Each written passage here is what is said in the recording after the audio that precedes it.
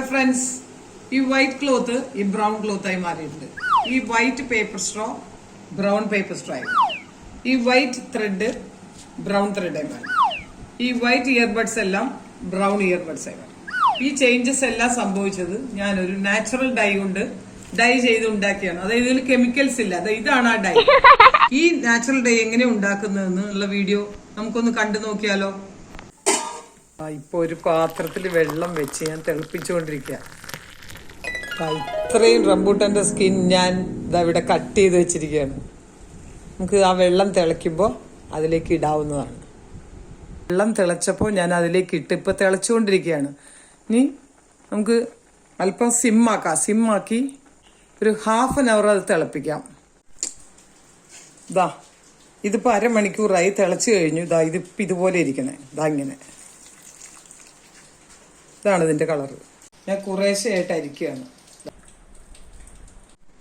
Dye ചെയ്യാൻ വേണ്ടി ഞാനിവിടെ കുറച്ച് വെളുത്ത യാൺ അല്ലെങ്കിൽ നൂലെടുത്ത് വെച്ചിട്ടുണ്ട്. ഒരു വെളുത്ത ഫാബ്രിക് പീസ്, കോട്ടൺ ക്ലോത്ത്, പിന്നെ ഒരു white towel, tissue paper white. ഇത് നാലും ഇതിലേത് വേണമെങ്കിലും നമുക്ക് ഡൈ ചെയ്യാം. ഇപ്പോൾ നാച്ചുറൽ ഡൈ ഉണ്ടാക്കുകയാണല്ലോ ഞാൻ. അപ്പം ഞാൻ ഇത് ഡൈ ചെയ്യാൻ ഉപയോഗിക്കുന്നതിന് മുമ്പ് കുറച്ച് ആലം എടുത്ത് വെള്ളത്തിലിട്ട് നമ്മൾ വിചാരിക്കുന്ന തുണി അതിൽ ഹാഫ് ആൻ അവർ മുക്കി വെക്കണം. ഓക്കെ, ഇതാണ് ആലം. ഈ ആലം ഒരു മോർഡൻ്റ് ആയിട്ടാണ് ഇവിടെ ആക്ട് ചെയ്യുന്നത്. അതായത് നമ്മൾ ഡൈ ചെയ്ത തുണിയിൽ നിന്നും കളർ ഇളകി പോകാതിരിക്കാൻ വേണ്ടി യൂസ് ചെയ്യുന്ന വസ്തുക്കളാണ് മോർഡൻസ് അല്ലെങ്കിൽ ആലം. ഈ ആലം കുറച്ചെടുത്ത് ഒരു പാത്രം വെള്ളത്തിൽ ചേർത്ത് കൊടുക്കാം. എന്നിട്ട് അതിൽ ഈ ഫാബ്രിക് മുക്കി വയ്ക്കണം.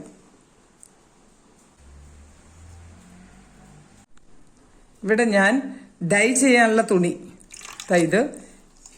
ഇതും കുറച്ച് വൈറ്റ് ത്രെഡും നൂല് യാൺ, ഇത് രണ്ടും കൂടെ മോഡന്റ് വെള്ളത്തിൽ അല്ലെങ്കിൽ ആലം വെള്ളത്തിൽ ഇട്ട് വെച്ചിരിക്കുക. ഹാഫ് ആൻ അവർ കഴിയുമ്പോൾ അതെടുത്ത് വെള്ളമെല്ലാം കളഞ്ഞിട്ട് നമുക്ക് ഡൈയിൽ ഇട്ട് കൊടുക്കാം.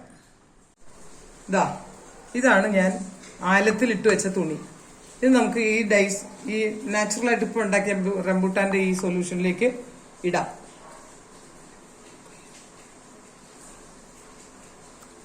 കുറച്ച് യാൺ ഞാൻ എടുത്തു വെച്ചിട്ടുണ്ട്, ഇതും ഇടാം. ഒരു 10-15 മിനിറ്റ് കഴിയുമ്പോൾ നമുക്ക് നോക്കാം. ഓക്കെ, ഞാനിപ്പോ കുറച്ച് ബഡ്സ്, ഒരു പേപ്പർ സ്ട്രോ, ഒരു മുട്ട, ഇതെല്ലാം ഇതിൽ ഈ നമ്മുടെ ഉണ്ടാക്കിയ ലിക്വിഡില് ഇട്ട് വെച്ചിരിക്കുകയാണ്. അതായത് നാച്ചുറൽ ഡൈ എന്ന് വിചാരിക്കുന്ന ആ ലിക്വിഡ് ഇട്ട് വെച്ചിരിക്കുക. ഓരോന്നായിട്ട് എടുത്ത് നോക്കാം.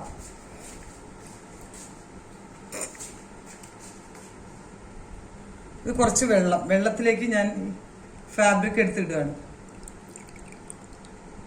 വെള്ളം തെളിയുന്നത് വരെ. ഇത് വൈറ്റ് ആയിരുന്നു, ഇപ്പോ കാണാലോ. നാച്ചുറൽ ഡൈ കളർ പിടിച്ചോ ഇല്ലയോ എന്ന് നിങ്ങൾക്ക് ഇപ്പൊ കാണാം, നോക്കിക്കോളൂ.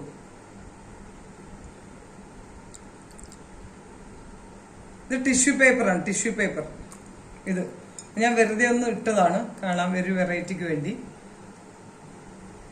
ഇത് ബഡ്സ് വൈറ്റ് ബഡ്സ് കണ്ടോ, ചേഞ്ച് ആയിരിക്കുന്നത് കണ്ടോ കളർ.